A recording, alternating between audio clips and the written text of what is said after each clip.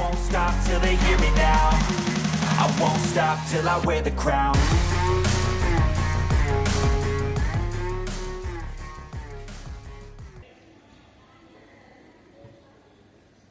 Friday gym করার জন্য মোটেও কোনো ভালো দিন না। অনেকের কাছে হয়তো বা থাকতে পারে, মানে ফ্রাইডে অনেকে জিম করে স্বাচ্ছন্দ্য বোধ করে, কারণ তাদের বন্ধ থাকতে পারে বা তাদের বন্ধ আবার একটা দিন সময় পায় রিল্যাক্সে জিম করার। বাট আমার পার্সোনাল ওপিনিয়ন, আমি ফ্রাইডে জিম করতে পছন্দ করি না এই কারণে, ফ্রাইডেতে জিমে প্রচুর ট্রাফিক হয়, অনেক বেশি মানুষ জিমে ওয়ার্কআউট করতে আসে, যেটা কিনা খুবই ভালো একটা দিক। সবারই ওয়ার্কআউট করা উচিত, কিন্তু পরিস্থিতির কারণে হয়তো বা অনেকে করতে পারে না, এই জন্য তারা ফ্রাইডেতে জিমে আসে ওয়ার্কআউট করতে। বাট আমার একটু নিরিবিলি জিমে ওয়ার্কআউট করতে ভালো লাগে। নিরিবিলি থাকলে জিম করে শান্তি পাওয়া যায়, ফোকাস করা যায় আরো বেশি। যাই হোক, আজকে করব leg workout, leg day plus dead lift. ভয়ঙ্কর একটা অবস্থা।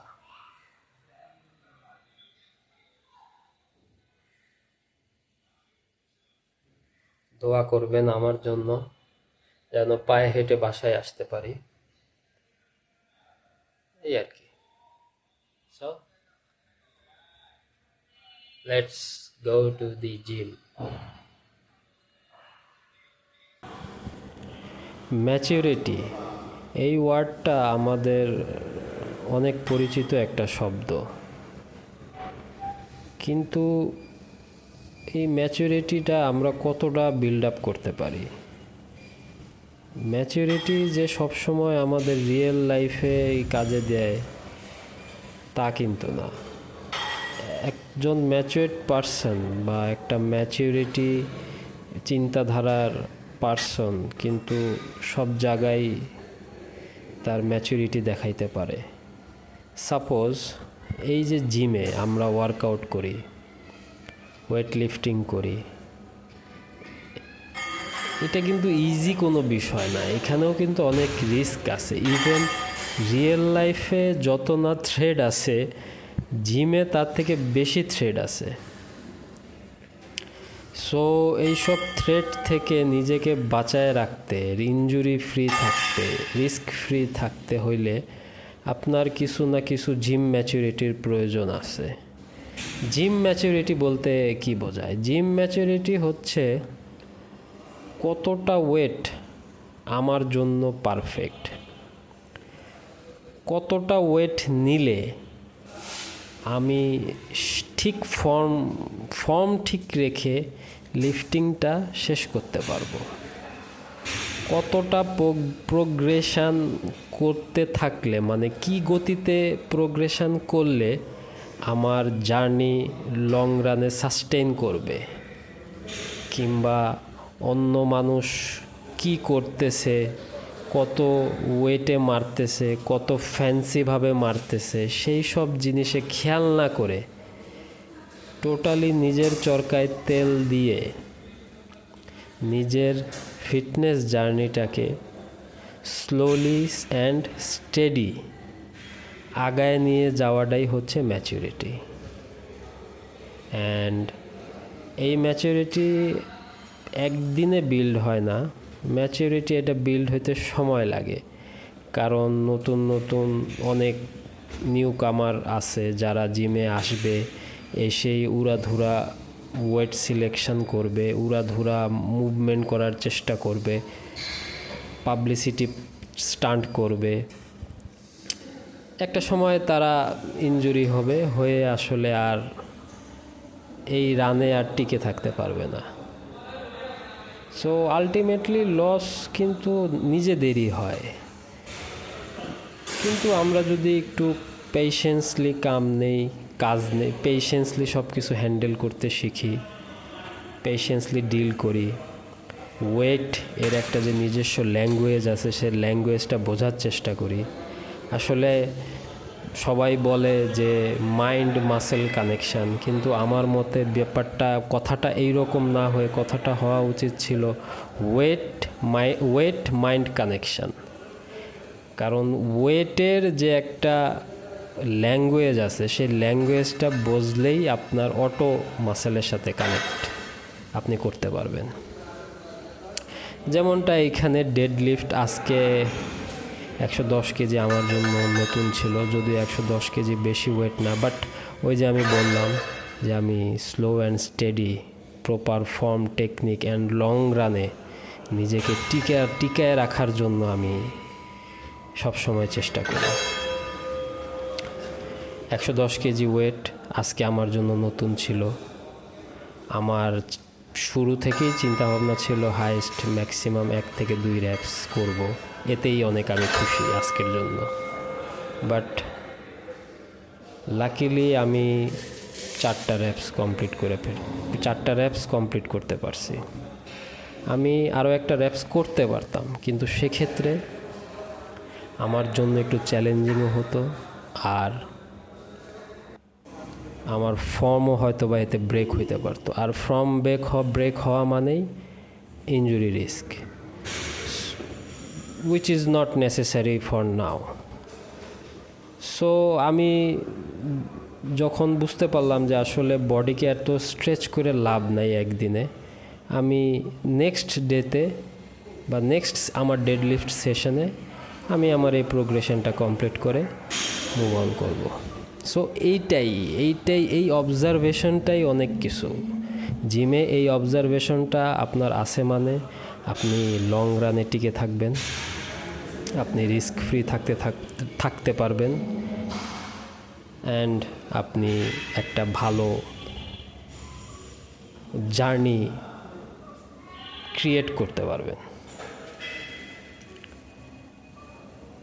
আর রিয়েল লাইফের ম্যাচুরিটির সাথে জিম লাইফের ম্যাচুরিটির বেশি একটা তফাৎ নাই, শুধু জাস্ট ওই জিমের ওয়েট, প্লেট, রেপিটেশন এইসব ওয়ার্ডগুলো বাদ দিলেই রিয়েল লাইফের ম্যাচুরিটি। সো পেশেন্সলি সব কিছু হ্যান্ডেল করা ভালো। আর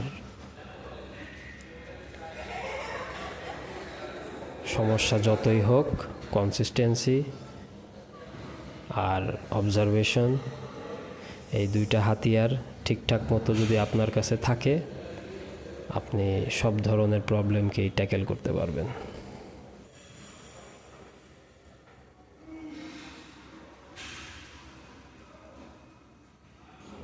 আজকের স্কোয়াট সেশনটা আমার জন্য একটু ভিন্ন ছিল, কারণ আমি নর্মালি আমার এই যে জার্নি আমি যতদিন যাবৎ লিফটিং করি বা যতদিন যাবৎ আমি ওয়ার্কআউটের সাথে জড়িত, আমি সবসময়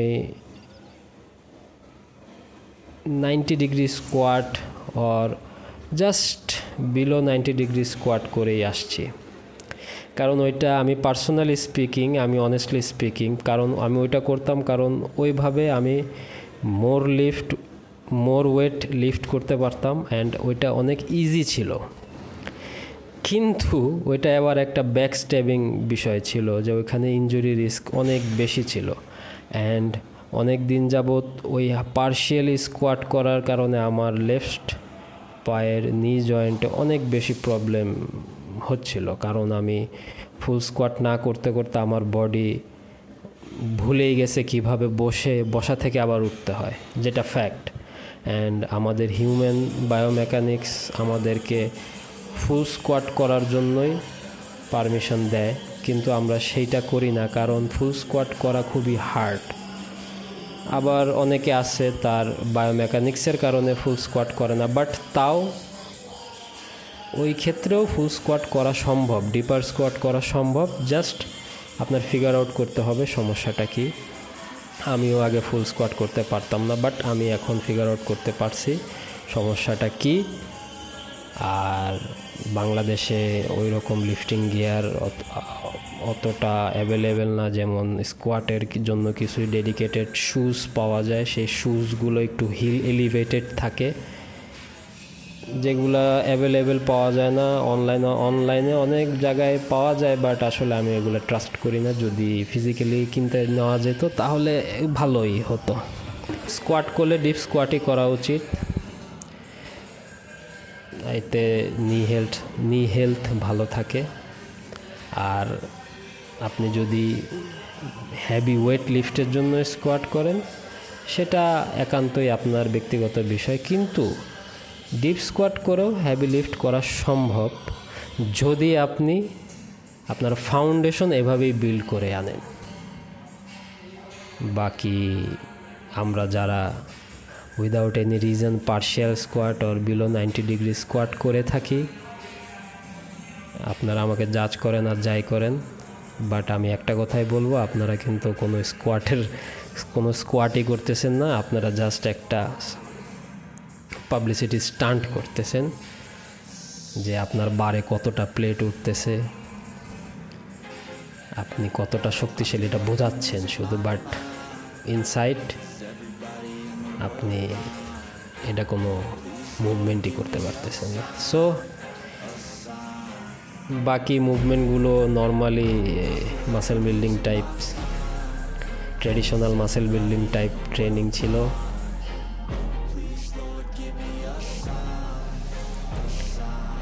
এগুলোর সাথে আমরা মোটামুটি সবাই কম বেশি পরিচিত। I make this every day and I'm impatient, hoping one day I blow up from the basement. Statement, the top is so vacant, I don't hear shit that I think is amazing. Waiting for my day when I'm playing sold out shows for 1,000 faces. Hey, give me that crown, get in my way and to be put down. It ain't your place, all this my town. If I want that shit, then I'll get it right now. I'm losing it, the noose it fits, I'm losing shit, a stupid myth. You choose to live or choose to dip, you choose to fight or lose your grip and lose a gift. Oh, I feel like I'm losing my mind. Is everybody in the world blind? Please, Lord, give me a sign, a sign. I feel like I'm losing my mind. Is everybody in the world blind? Please, Lord, give me a sign, a sign. আপনার leg day সার্থক কীভাবে বুঝবেন? কতটা আউলাইছি, জিমের মোজা পুরা বাইরে গেছি, অথচ খোঁজ খবর নাই আমার। এর মানে হইতেছে আপনার লেগ ডে সার্থক। I've got my own issues, I need a comb to get through, don't need to groan with you, just go get your